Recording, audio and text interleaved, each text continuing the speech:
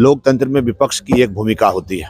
हम लोगों को एनडीए को सरकार चलाने का अनुमति जनता ने दिया, जनादेश दिया, और महागठबंधन और राजद को विपक्ष में बैठने का। लेकिन विपक्ष में अभी जो हाउस चला विधानसभा, उसमें वो भाग भी नहीं लिए। इस तरह से गैर जिम्मेदार राजनीति करने का एक नमूना बिहार में तेजस्वी यादव पेश कर रहे हैं, जैसे केंद्र में राहुल गांधी ने पेश किया। नहीं तो देखिए, महिलाओं पर की गई किसी भी तरह की अभद्र टिप्पणी और उनके अपमान से संबंधित किया गया कोई भी काम कि भारतीय संस्कृति में कभी भी स्वीकार्य नहीं होगा। पूरी दुनिया मनुष्य गलती का पुड़िया है। भगवान ने ही कहा है कि कलयुग में कोई ऐसा इंसान नहीं होगा जो पूरा शुद्ध होगा। तो कभी कभी बहुत इंसान गलती करते हैं, लेकिन सुबह का भूला हुआ अगर शाम तक लौट आए, शाम तक एहसास कर ले, तो उसको समाज माफ करता है। नया साल में तो उद्योग का जाल बिछ रहा है। पथ निर्माण में पूरे बिहार के अंदर रोड का जाल बिछ रहा है। नोरमा ग्रुप, जो सोचता है वो करता है। आपके अपने सपनों का आशियाना। नमस्कार, आप न्यूज फाउंडेशन देख रहे हैं। मैं हूं आपके साथ वंदना। बिहार की सियासत में काफी उठापटक जारी है। बता दें कि उत्तराखंड की मंत्री रेखा आर्या के पति द्वारा बिहार की महिलाओं पर अभद्र भाषा का प्रयोग किया गया।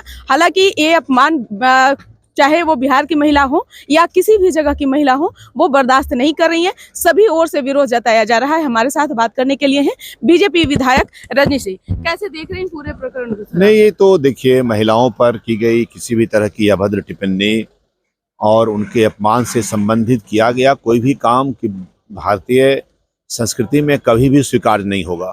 पूरी दुनिया में महिलाओं के प्रति अगर सम्मान कोई समाज करता है तो वो भारतीय समाज है, और इसलिए इस तरह की टिप्पणी कभी भी ठीक नहीं है और हम लोग इसके ऐसी भर्त्सना करते हैं। आईआरसीटीसी घोटाले मामले में लालू यादव की सुनवाई होने वाली है।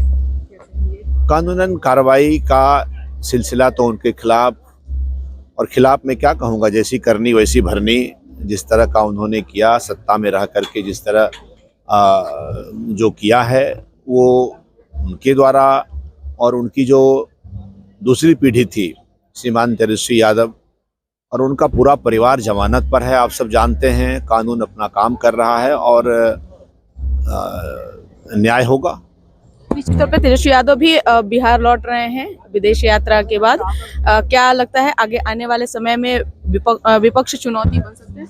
बिल्कुल विपक्ष चुनौती नहीं बनेगा। आप देख लिए चुनाव में, इस चुनाव में विपक्ष की भूमिका स्वयं में अपने आप में जनता ने तय कर दिया कि किसको विपक्ष में बैठना है। लेकिन दुर्भाग्य यह रहा, ये मैं तो कहूँगा बिहार के साथ, लोकतंत्र में विपक्ष की एक भूमिका होती है।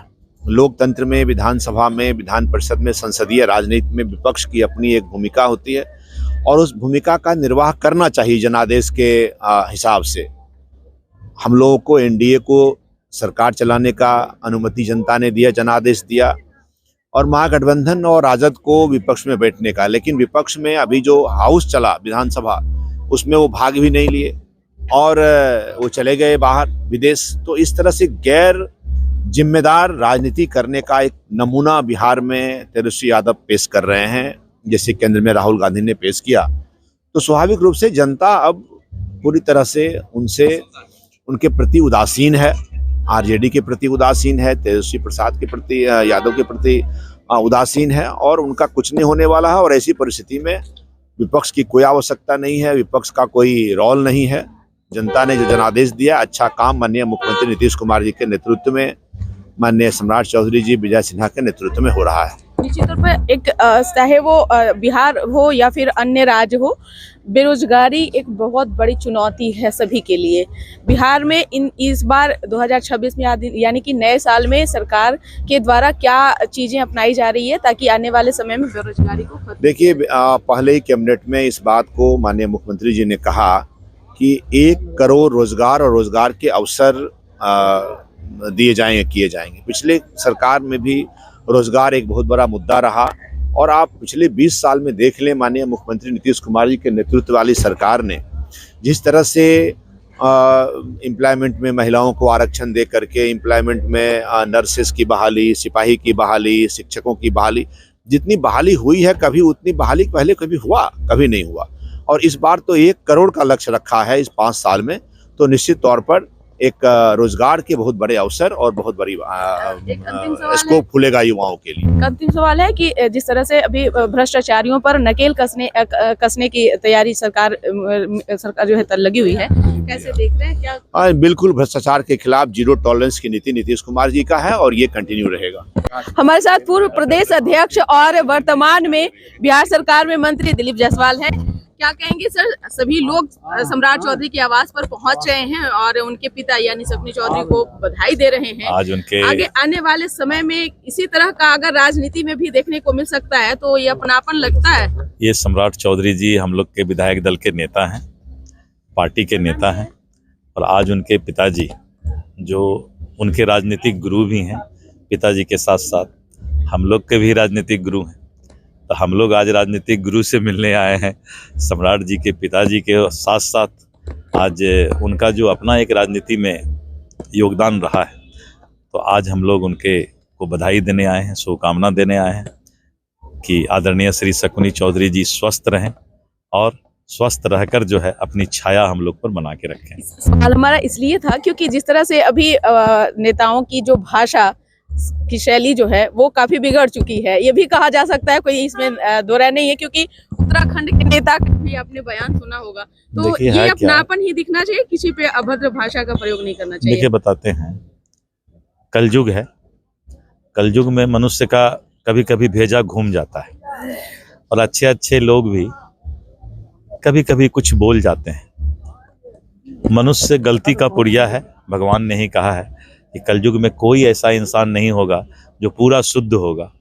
तो कभी कभी बहुत इंसान गलती करते हैं, लेकिन सुबह का भूला हुआ अगर शाम तक लौट आए, शाम तक एहसास कर ले, तो उसको समाज माफ़ करता है। तो यही है कि आप जो कुछ बोलते हैं उसके पीछे आपका मनसा क्या है, और अगर आप अपने आप को ऐसा महसूस कर लेते हैं, सुधार कर लेते हैं, तो समाज माफ़ कर देता है।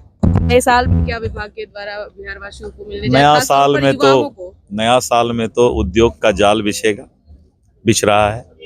पथ निर्माण में पूरे बिहार के अंदर रोड का जाल बिछ रहा है।